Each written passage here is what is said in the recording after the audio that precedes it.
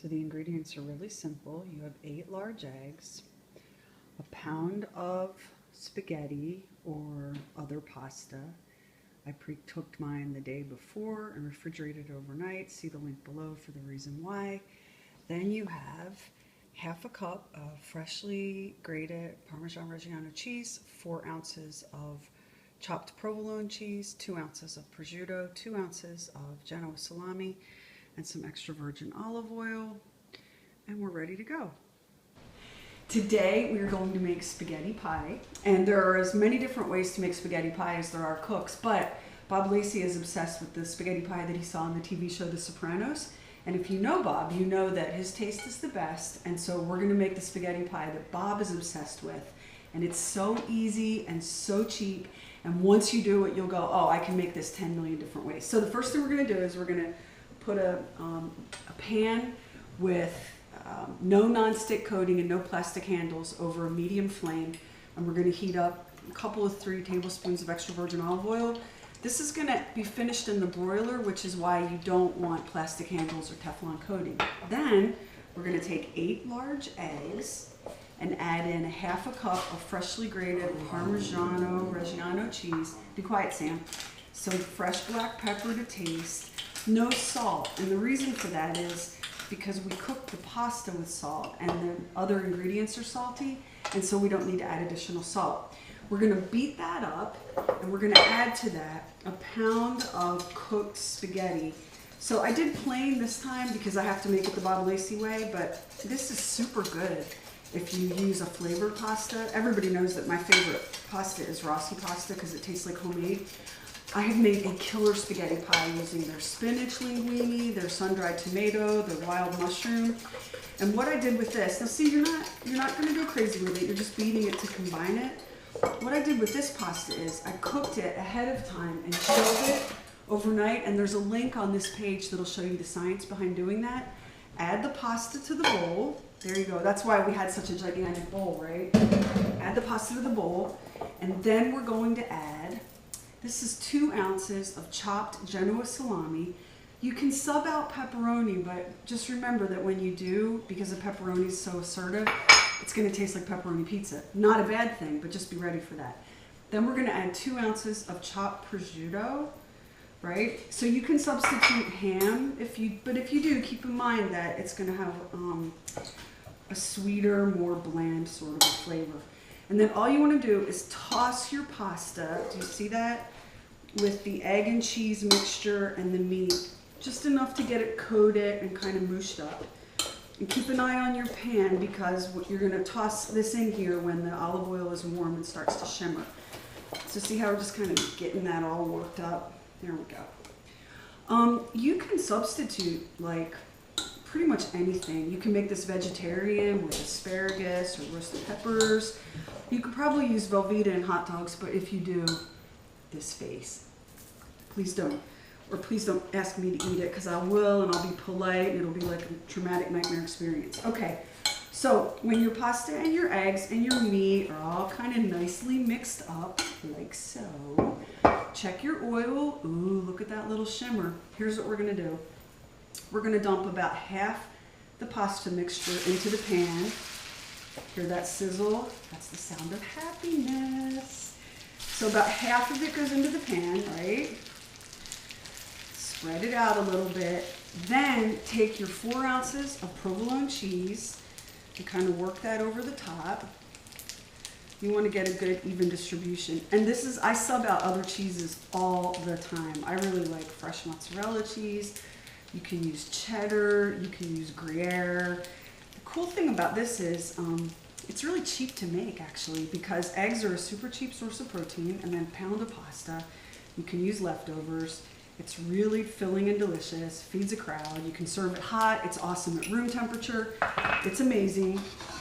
Okay, it's good for like potluck when you have to bring something. So you see, you've got that in there. Then you just take the rest of the pasta mixture, put it on top, and we want to make sure that we don't leave anything behind. So you want to scrape out the last bit of that egg and the meats. Get it all in there, just like that. And then you're gonna cover it and let it cook for about 5 minutes. But before I do that, I can't help myself. I just like to kind of make sure that everything is evenly distributed. Then, here's what we do. So easy.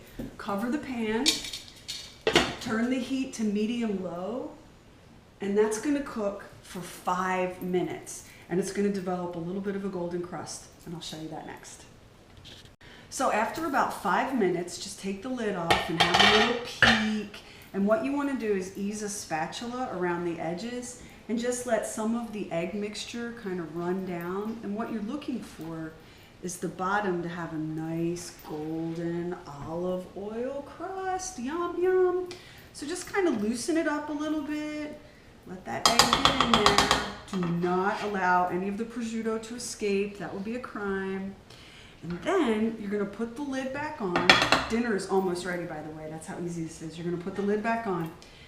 10 more minutes in this pan while everything cooks and sets up. And then we're gonna pop it in the broiler to finish it, and then it's done. That easy. So after about 10 minutes, and it may be a little bit longer or a little bit shorter because everybody, I swear to God, everybody's pans and everybody's stoves are different. Take off the lid, get that out of the way.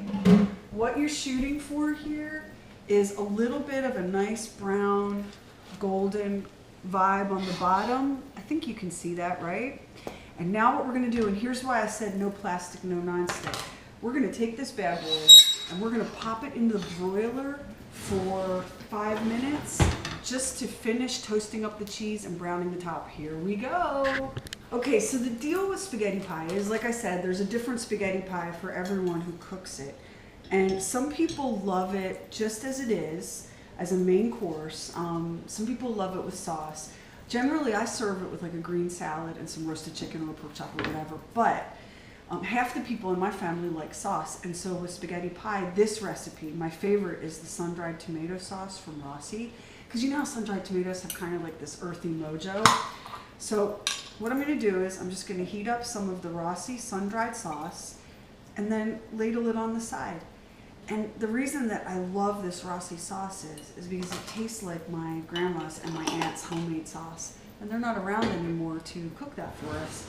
So, I'm gonna be honest, I grabbed the Rossi. And you can heat it up really fast while the spaghetti pie is under the broiler. And then just serve a big, earthy ladleful. And the sun-dried tomato sauce has big chunks of sun-dried tomatoes in it. It is so okay, keep an eye on it in the broiler because everyone's broiler is different, but look at that. We just kind of browned the top, and then all we want to do is sort of ease the spatula around, slide it onto the plate. Isn't that beautiful? And then, let me zip back over here. Then, all you have to do is cut it into wedges to serve. And remember what I said, that this is as amazing at room temperature as it is when it's hot. So let me get a piece of this bad boy out onto the plate so you can see how pretty it is. How easy was that? So we just grab a little wedge. Oh, look at there. Doesn't that look good? And the only way that it could be any better is with a little bit of the Rossi sun-dried tomato sauce on the side. Time for lunch. What did I tell you? Spaghetti pie, totally easy. The recipe is linked up on the page, and right now Jessica and I are going to eat it without Bob. Cheers. Okay, so tell me what you think, because this is not, like your grandma's.